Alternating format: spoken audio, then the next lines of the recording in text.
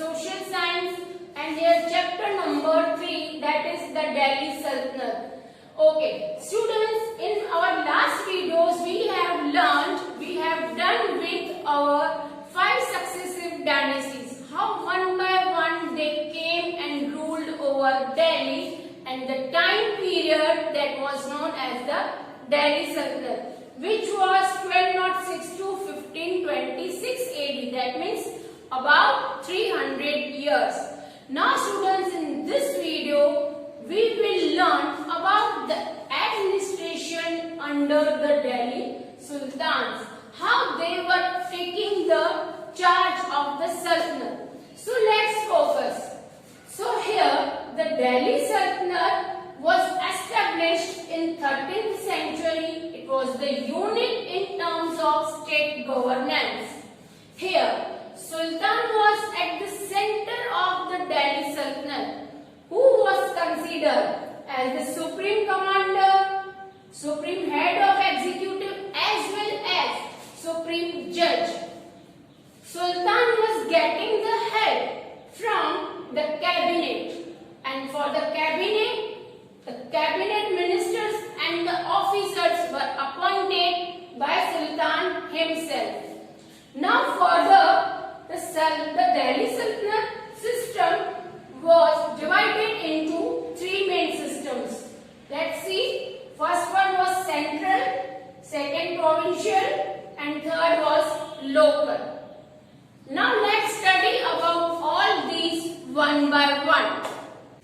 Students, now let's focus over central. In central we will see cabinet. See, this cabinet, all the ministers and officers were appointed specially by the Sultan himself. Okay, so cabinet ministers, they were considered as the chief after Sultan. They had to represent their views in front of Sultan in the royal court. Sultan's chief minister was called Wazir. Now this cabinet was consisted of religious department, army, postal department, foreign affairs, etc. These all things they have to look after. Next, moving further on provincial. See, what is the meaning of provincial? This means connected with a large area that countries are divided into. Any of the large area, suppose we say our country India. India is divided into 29 states. Further states are divided into districts. During Sultanate, this provincial was divided into Jagir. Jagir, that is Iqta, and head of the Iqta are known as the Iqtadar. Now what is the job of Iqtadar? Inka kaam kya hota hai? What was their function? See, these Iqtadars had to collect the taxes or revenue on the land that was already owned by the ministers or noble officials. Okay, and that money they had to utilize to maintain the army, and that army they had to provide to the sultans. Moving further, the unit after the province, it was local, divided into districts as well as in talukas. Further, it was known as sits and paraganas. Administration in the village was carried over by Mukhi. So here we completed how the administration was done during the Sultan period. Okay, now let's go ahead which kind of architecture work or forts they had constructed during Delhi Sultanate. Now students, if we discuss about the architectural work or construction work during the Delhi Sultanate by the Delhi Sultan, so here we can notice the establishment of the Delhi Sultanate marked as the Indo-Islamic construction in India. Many of the forts, mosques, tombs, gardens, minarets, many of the monuments we can see constructed by the Delhi Sultans. So among all these, here we can see the mosque, that is Quaid-ul-Islam. It is located in Delhi, which was built by Qutbuddin Aibak. Qutub Minar, that you are aware of, 238 feet high. It was also constructed by Qutbuddin Aibak, but on the first tower it was constructed at that time. After that, Qutbuddin Aibak was died, and later that incomplete construction work was completed by Iltutmish. Later, Qutub Minar was renovated by Firuz Shah Tughlaq and then Sikandar Lodi from Lodi dynasty also. Okay, now students, if you remember Dai Din Ka Jhopda, it is also mosque in Ajmer. The construction work was completed within 2.5 days. That's why the name was Dai Din Ka Jhopda, because वो ढाई दिन के अंदर बनके complete हो चुका था.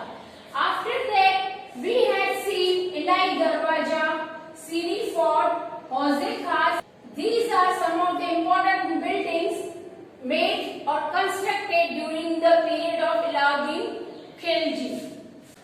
Now here students, the question might be coming in your mind, why ma'am has highlighted this word Indo-Islamic. So see, there is the history of this Indo-Islamic. For the construction of the buildings or monuments, sultans have hired the Indian craftsmen for the designing or the constructing of the monuments or the buildings. That's why the name was given Indo-Islamic, as they were from Turkish origin. That's why, and their religion was Islam. That's why the name is given Indo-Islamic. In this way, many of the monuments and mosques and forts are there. Today also we can see these type of monuments and buildings, and it gave us reminder for the Turkish rule in our country, India, many of the years ago. So students, did you notice a simple thing? What? The administration that was introduced in India by the Delhi Sultans, today also it is useful for us. See, the administration during that period of the Delhi Sultans is little bit similar as of the today's 21st century's administration. Likewise, earlier the country was divided into provincial and the head was known as Wali or Mukti. In the same way, our country India is also divided into 29 states. And who is the head of the state? Yes, Chief Minister is the head of the state. Every state there is a Chief Minister. Okay.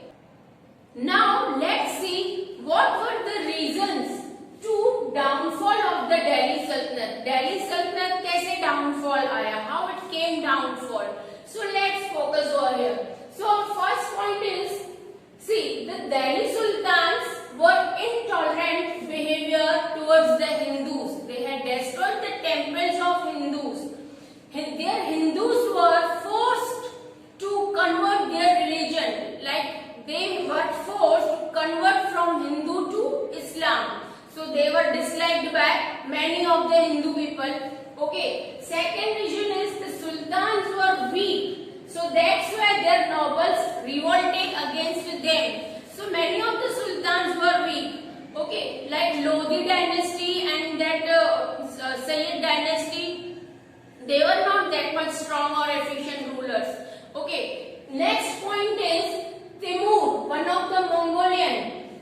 Invasion of Timur also weakened the empire. As I have taught you, Mongolians have always tried to invade India, but always they were failed. But here Timur, one of the Mongolian from Central Asia, during the reign of Nasiruddin Tughlaq, that means Tughlaq dynasty, he got succeed. Okay, so due to this also the empire became weak. Next point is impractical projects launched by Muhammad bin Tughlaq. That 3 projects Muhammad bin Tughlaq have implemented, and he failed in all 3 projects, and it was a great loss to the treasure of empire.